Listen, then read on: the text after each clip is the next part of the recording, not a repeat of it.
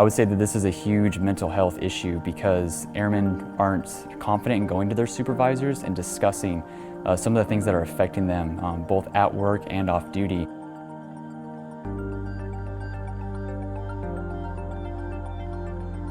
Frontline supervisors are, our greatest asset to combating suicide across the enterprise with their troops. And so we want them to be armed with that knowledge to connect with them, identify, and stop any kind of issues that occur because of that.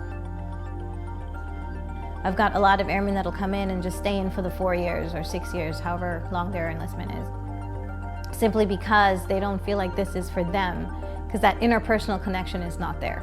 If they don't feel that connection with their NCOs, they are standoffish.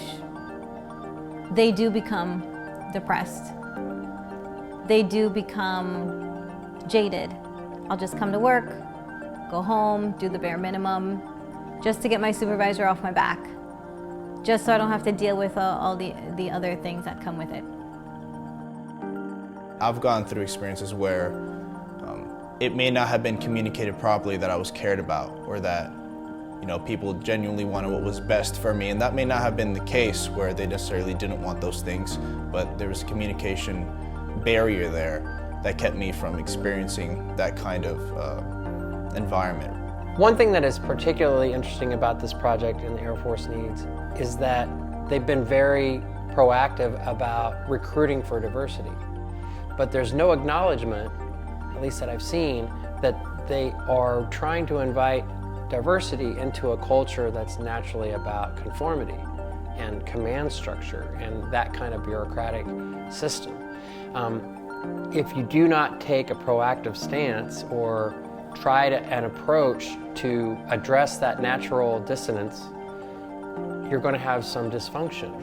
And I think that's what the Air Force is experiencing now.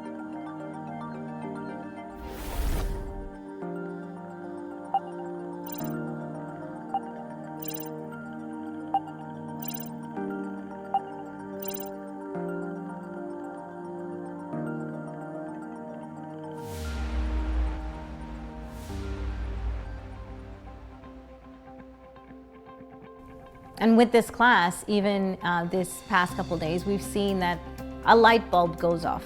And they're like, oh, okay, I didn't realize I had these blind spots that I needed to address in order to relate better with my airmen and those that are around me. People realize things about themselves they didn't notice was happening before, and it automatically enables them to be more effective communicators even without going through the rest of the course yet. I believe that it offers skills that are pivotal and valuable and necessary to the Air Force.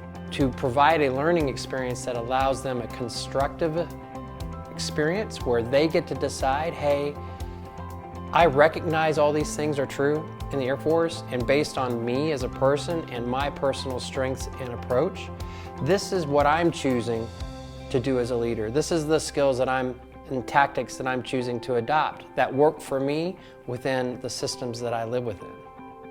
So I did have to incorporate some of the things that I've learned in the class in my own workshop.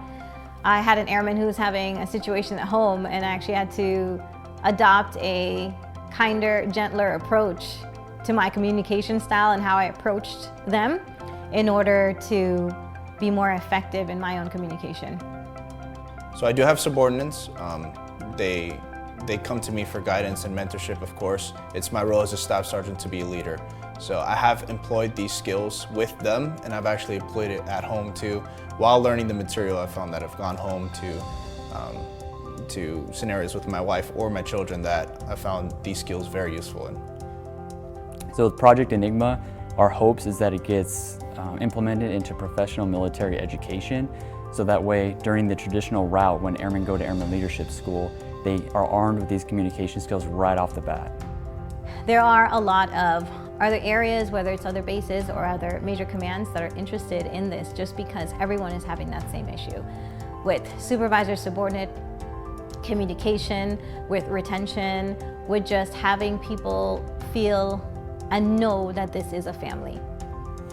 So I'll be taking the workshop back to the Pacific and spreading it throughout that area of responsibility And we recently shot the course and a synopsis up to the Chief Master Sergeant of the Air Force to see if we can get this implemented into professional military education.